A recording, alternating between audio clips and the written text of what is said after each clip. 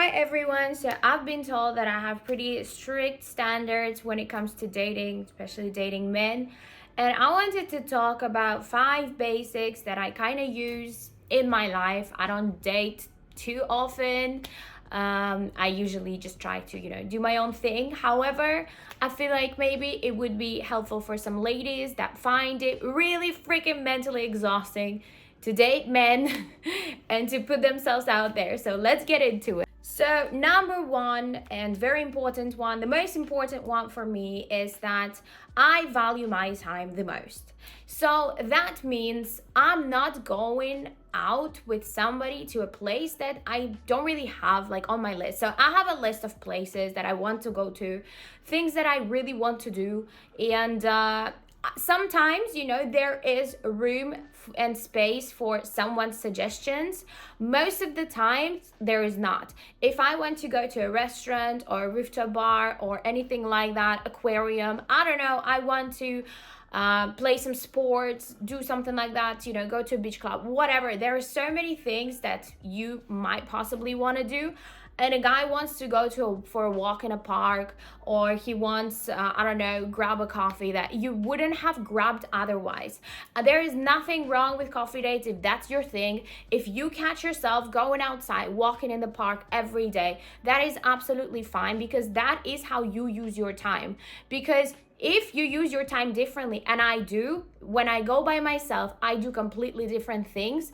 It is very important that I don't change these things just to meet a man, because I've been told, oh, you like food, or you like drinks, or you like good places. That's because that is my life, and that is where I take myself, and that is where my parents took me, and that is where I go with friends. That is my life, and I'm not going to make myself smaller to go with you somewhere where I wouldn't have gone otherwise. I'm not trying to impress you. I know the things that I like. Yes, I do like food. I do like a good restaurant. I don't know if I like you. I don't know who you are. I've never met you. I'm still getting to know you, whatever. I don't know how impressed I will be with you. I know the things that I like, and my time is the most valuable asset that I can have. So even if the date doesn't go well, and trust me, I've had so many of these that just, they just don't go too well, and that is fine. Like, that's life. I still don't regret them, because I was doing something that I wanted to do, and in a company that maybe, I don't know, was a bit awkward, a bit weird, a bit just uncompatible. And with a lot of like these people, you just stay friends because there's no bad blood, there's nothing. You just like, you just didn't, I don't know, have compatibility. But men like to impress in the majority, and it is very important for them. So there is nothing wrong with telling a man that you want to do this. If he suggests a place and you don't have it on your list, or it's not a place that you would want to go, just suggest him a couple different places. That's not gonna make you less feminine. That's not gonna make you less of a person. Stop serving men.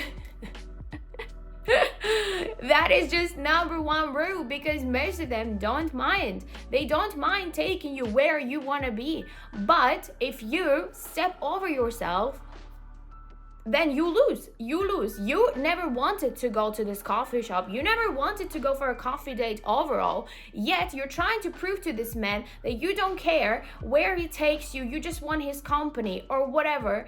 And who is at loss? Who is at loss if it doesn't work out? It's you, because you got ready. You took 2 hours to get ready to go for a walk with a man that you don't find interesting. And if that's your thing, if you really like coffee, if you really like lunch dates, if you really like parks, that is absolutely fine. Just stick to what you like. Number 2 is boundaries and the good girl syndrome. I don't have that one, so I don't I don't find myself in these situations, but I used to. I used to have like, kind of weak boundaries because we are kind of taught to be good girls, to sort of, I don't know, be good, be nice, and all that stuff. And a lot of the times men overstep these boundaries. Have you ever been in a restaurant on the first date and a man is trying to sit next to you on a couch? Because he is trying to initiate this physical contact as soon as possible. That is up to him. He is following his own, trajectory. You have your own, and your trajectory is to not, get too physically involved right away, if that's not what you're going on a date for, obviously. So that's where you tell him, slow down. I want to see your face. We're just getting to know each other, and I want to look at your face and I want to talk to you. If you're sitting right next to me, I don't really see your face, and that is just, not the way I want to be here for. So that is very, very important, that you don't overstep your own boundaries, and everyone has their own boundaries. It sounds really basic. It sounds really freaking basic, but if you talk to women and kind of dig into how many women overstep their own boundaries, or at least have done that like a few times, you are gonna be shocked. Like, how many times a guy kissed you and you didn't want him to kiss you, and as messed up as it sounds, I don't know, you just didn't know, like, oh, maybe yeah, maybe not, but you weren't sure. Every time it's a maybe, it's a no. So be strict with yourself and be strict with anyone around you, because that is very important. That is very important that, when you meet the right guy, right, he is gonna wait for you to take a step into, getting a bit more physical. Like if you, like touch his, I don't know, accidentally, touch his like hand a little bit, then he's gonna see it as a cue. Like you have to make like a really subtle kind of hint to let him know you are ready, and he needs to wait until that. And, making it quicker by sitting on the same couch or doing this or doing that is just not gonna be good. It's just not gonna be good. So that is my number 2, is learn your own boundaries and apply to that and stick to them.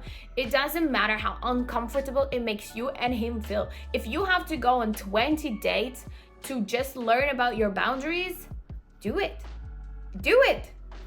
Number 3, if you are completely exhausted that, you are dating this man and nothing good comes out of it, they don't want a serious relationship, they're traveling, their fish died, they have so many excuses why they don't want you, and you have this goal that you need to get in a relationship, you want a long-term partner, release yourself.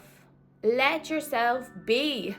And that is the best advice that I can give you, because you have no control what other person is gonna be like, what they're gonna do, when they're gonna leave you, when they're gonna have other priorities, whether the connection is real or not. There's plenty of narcissists that are gonna make you feel like you're on top of the world from the first date, and it's meant to be. They just know their way around with women, and you cannot control another person, but what you can control is getting the best out of every experience that you can. Once again, I already spoke about places that you want to go, which is very important. And I say it's very important because, sometimes there are some things that you wouldn't do by yourself, but then you have this company and you have, a man like taking you there. And suddenly, this experience, whether it works or not, it turns into something more meaningful because you learned a skill, you learned a language, you learned something that you wouldn't have done otherwise. You learned something about yourself. Like, treat it as an experience for self-growth, don't like jump into it. Obviously, you have your own narrative that you want a serious relationship or whatever, but don't like just jump into it with every guy, just regretting every single person that didn't work out. It's fine. Sometimes people don't work out. It sucks if you're looking for a serious relationship. It is a waste of time. However, how was that time? How did you feel during that time? What happened during that time? What did you learn about yourself? What did you learn about the country that you're in, and the place you're in, about, I don't know, an opposite gender, about your boundaries, about yourself? Like, there is so many people with so many stories, and treat it like an experiment. Let go of yourself. You have a long-term goal, and do not change that. Don't turn from a relationship girl to, oh, let's see how it goes girl. That's not what I'm saying. I'm saying is, you have a long-term goal, but don't get demotivated by things not working out sometimes. Go next experience, learn something. Oh, yeah, okay, he dumped me. I learned how to play football. I know something about geography now. Like, I learned something about myself that, I don't want this and I want this. And this is how my future partner is going to treat me. Like, there's so many things that you can learn about yourself in this, and treat it like this. Do not treat it as, oh, I got used and, it was a waste of time. It wasn't. Everything. You can learn from everything. Number 4, and a very, very important one. Stop being a good girl. It is not about whether he is gonna like you or not. It is about where you are gonna like him or not. And that is the most important one. Stop trying to impress him. Like, do the complete opposite. Do the complete opposite. Ask him a random question. Ask him deep questions, like questions that are not typically asked on a first date. To be honest, I stand by that. People say, some people say it's right, some people say it's wrong. I stand by it that sometimes you just need to dive into it. Ask very important questions right off the bat. Your time is the most valuable asset that you can possibly have. And not knowing, getting to know a person and realizing you want kids and they don't want kids on a 4th date is a complete waste of time. Or trying to change their mind even. Just jump into it. Make your freaking silly joke. If you spit out your food, that is not a big deal. Just ask different questions. Talk about politics, talk about children, talk about marriage, talk about previous relationship, talk about what they think on this matter. Just be unapologetically yourself, and just ask right off the bat questions. Just sit there and ask right off the bat questions that you are so scared to ask, or you think they're gonna judge you. I'm not saying take it from my experience, but I have been on a date with a guy, and he said he's retired, and he was 32 or something, and I was like, are you retired or unemployed? Because these two are different. Which, it was a bit too brave. I'm not saying to follow my example, but yeah, he did end up liking me very much after that. He was actually retired, not unemployed. So ask questions that you are scared to ask. Just go for it. Treat it like it's an experiment. That is the fun part in it.